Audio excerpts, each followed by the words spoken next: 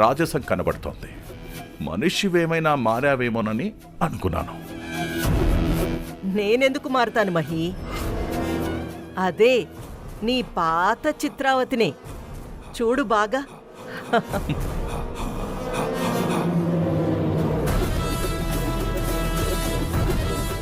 ఒకవేళ బోనం తీయాల్సొచ్చినా నీకోసం తీస్తాను తప్పితే ఆ మతిలేని వాడి కోసం కానీ ఆ కుటుంబం కోసం కానీ నేనెందుకు బోనం ఎత్తుతాను?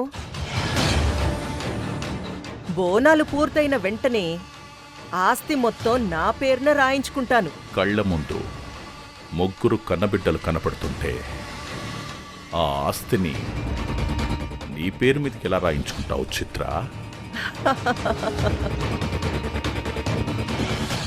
దానికి కూడా నా దగ్గర ఒక ప్లాన్ ఉంది. ఆ Ranamma power of attorney cancel అవ్వగానే నేను నా ప్లాన్ని అతని మీద ప్రయోగిస్తాను. ఏం చేస్తావు? ఏం చేస్తాను, ఎలా చేస్తాను అన్నది పక్కన పెడితే నా పర్ఫార్మెన్స్ దెబ్బకి వాళ్ళు గిలగిలా కొట్టుకుంటారు.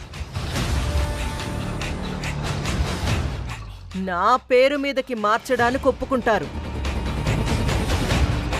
అమ్మా, ఈ ఆస్తులేవి మా పేరు మీదొద్దు, మాకు నువ్వు చాలు, ఆస్తి మొత్తం నీ పేరు మీదే రాయించుకో అమ్మా అని ఆ పిల్లలు ఏడ్చి బతిమాలేలా చేస్తాను.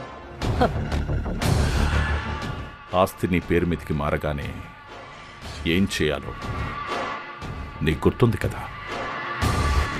గుర్తుంది. అదంతా నేను చూసుకుంటాను.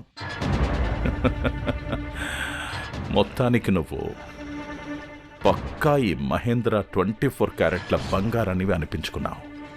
చిత్ర, ఐ లవ్ యూ.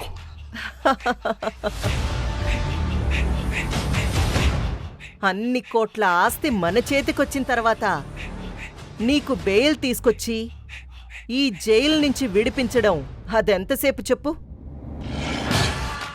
అంతవరకు కొంచెం కొంచెం ఓపిగ్గా ఉండు. ఈ విషయం నీకు చెప్పాలనే నిన్ను కలవడానికొచ్చాను. మహేంద్ర, ఒక్క నిమిషం.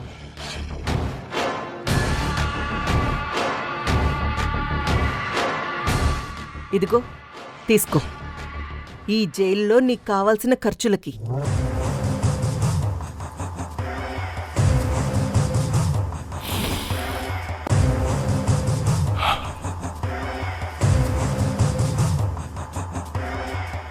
నువ్వొచ్చావు, డబ్బు తెచ్చావో లేదో అనుకుంటున్నాను. అలా నేనెందుకు మర్చిపోతాను మహి?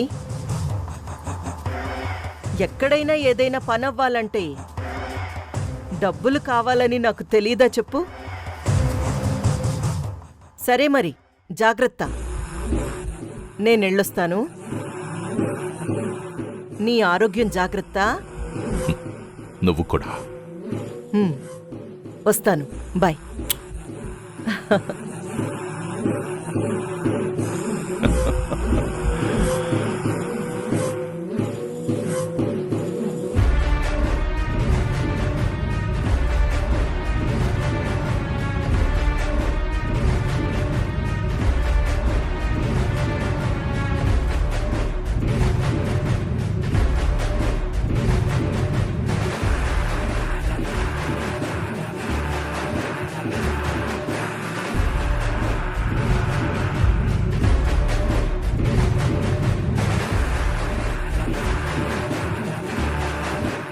ఈ ఆదివారం కుటుంబంతో కలిసి నువ్వు బోనం ఎత్తుతున్నావా?